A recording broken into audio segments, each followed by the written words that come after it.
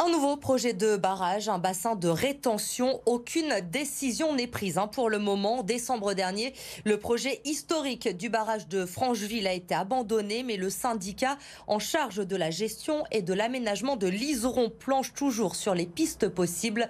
Lola Colomba et Lauriane Pellao. Y aura-t-il ou non un barrage à Francheville? Dans ce troisième plan de prévention des inondations, l'option est de nouveau sur la table parmi d'autres. On va faire de la rétention en amont à la parcelle, de la réinjection d'eau plutôt que de l'évacuer rapidement à la rivière quand il pleut. On va essayer de la garder en amont et de la réinjecter en plus pour remplir la nappe phréatique. On va faire des zones d'expansion de crues là où c'est possible parce qu'on a urbanisé autour de la rivière et du coup l'expansion de crues habituelle de la rivière n'est plus possible. Donc on va essayer de retrouver des espaces comme ça. Ça ne va pas faire le même effet qu'un barrage, mais ça va être des petits compléments qui petit à petit vont améliorer le niveau de protection des riverains. Et puis si on peut faire un ouvrage écrêteur de crues, que ce soit à Francheville, à Tassin ou dans d'autres endroits, on fera aussi des ouvrages écrêteurs de crues. Francheville, un choix de site décrié. En décembre dernier, le projet de barrage y avait été abandonné. Il ne convenait plus aux nouvelles normes environnementales. Alors pour le maire de la commune, c'est l'incompréhension. Je ne comprends vraiment pas que les écologistes puissent s'acharner sur ce projet de barrage destructeur de plus de 3000 arbres avec la faune et la flore qui l'accompagnent. C'est pour moi totalement irréalisable et totalement exclu. Désormais, les écologistes entendent peser le pour et le contre de chaque aménagement. Ce qu'on va rechercher, nous, c'est le meilleur compromis et la meilleure complémentarité entre ces différents types d'aménagements en fonction de leurs gains en termes de protection contre les inondations et de leurs impacts sur l'environnement. Après 20 ans de tergiversation, le syndicat d'aménagement souhaite entamer les premiers travaux d'ici 2026. Justice avec l'ouverture aujourd'hui devant la cour d'assises du Rhône du procès du violeur présumé de plusieurs prostituées. Ça s'est passé en 2019. Il est accusé de viol et violence sur personne se livrant à la prostitution. Le procès doit durer 3 jours. Sur place, les précisions de Jade Terlinck. Ce sont bien 4 victimes présumées qui sont allées jusqu'à la cour d'assises dans le cadre de ce procès. Mais on sait que le nombre de femmes qui auraient subi ces violences pourrait être plus important, avec une 5e plainte au moins qui avait été déposées. L'ensemble de ces femmes sont des travailleuses du sexe. Elles exerçaient sur les quais de Perrache ou à Gerland au moment des faits. L'avocate Maître Nabussé, qui défend 3 d'entre elles, nous explique à quel point il est difficile de témoigner pour elles. Leur plus grand souhait dans ce genre d'audience, c'est qu'elles soient crues, qu'elles soient entendues, qu'elles soient considérées comme des victimes à part entière. C'est vrai qu'il y en a beaucoup qui considèrent que leur parole ne sera pas entendue au motif qu'elles sont prostituées. Ce n'est pas parce qu'on est une personne prostituée qu'on peut se faire violer, que c'est un risque du métier. Ces femmes auront l'occasion de livrer leur témoignage lundi prochain pour la suite du procès. L'accusé, lui, un homme de 23 ans, continue toujours de nier les faits. Une nouvelle agression d'un élu lyonnais. Hier, le maire de Grigny, Xavier Odo, a été frappé au visage sur la place du marché. L'individu, connu déjà pour des plaintes pour dégradation et agression, était en possession d'un couteau au moment de son interpellation. Aujourd'hui, de nombreux élus lyonnais ont apporté leur soutien à Xavier Odo. Grégory Doucet a dénoncé des actes inacceptables qui ne peuvent être tolérés. Un acte de violence inadmissible pour Jérôme Moroge. Thomas Rudigoz, victime de nombreuses menaces, rappelle que plus de 300 plaintes ont été déposées ces derniers mois par des élus. Il lui reste un peu plus d'1 mois maintenant pour être prête les 23 et 24 mars prochains. Naïs Pirelet va nous représenter au Bocuse d'Or Europe. La Lyonnaise de 24 ans est en pleine préparation. Au menu, pommes de terre et chevreuil. Lucie Young. Les gestes sont maîtrisés. Désormais, il faut trouver la recette gagnante. Si on veut croustillant, c'est trop épais, il faut faire très très fin. Maintenant, si on veut que ce soit moelleux, il faut que ce soit presque plus épais que ça. Pour le concours des Bocuse d'Or Europe, 2 ingrédients sont imposés, le chevreuil et la pomme de terre. Un ingrédient du quotidien que Naïs Pirelet va devoir sublimer. Ça paraît basique, simple, on en mange tout le temps en France, dans tous les pays. Et là, l'idée, c'est de le rendre Bocuse d'Or. Et pour ça, on va d'abord choisir le goût qui nous plaît dans la pomme de terre.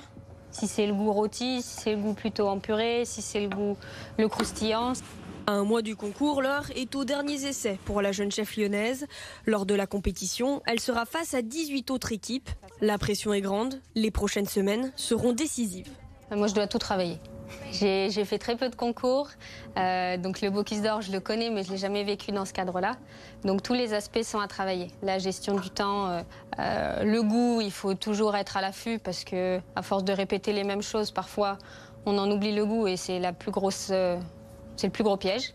Mais Naïs Pirolet n'est pas seule. Dans son aventure, elle peut compter sur son équipe et l'œil expérimenté de la chef étoilée Tabata May qui va la coacher pendant les 5h30 d'épreuve. C'est plus vraiment, je pense que c'est les côtés un peu donner un peu un rythme, aussi un côté émotionnel, psychologique qui est important. De prendre du plaisir, quoi, parce qu'il ne faut pas oublier que la cuisine, c'est les plaisirs avant tout. Monsieur Paul, il le disait déjà.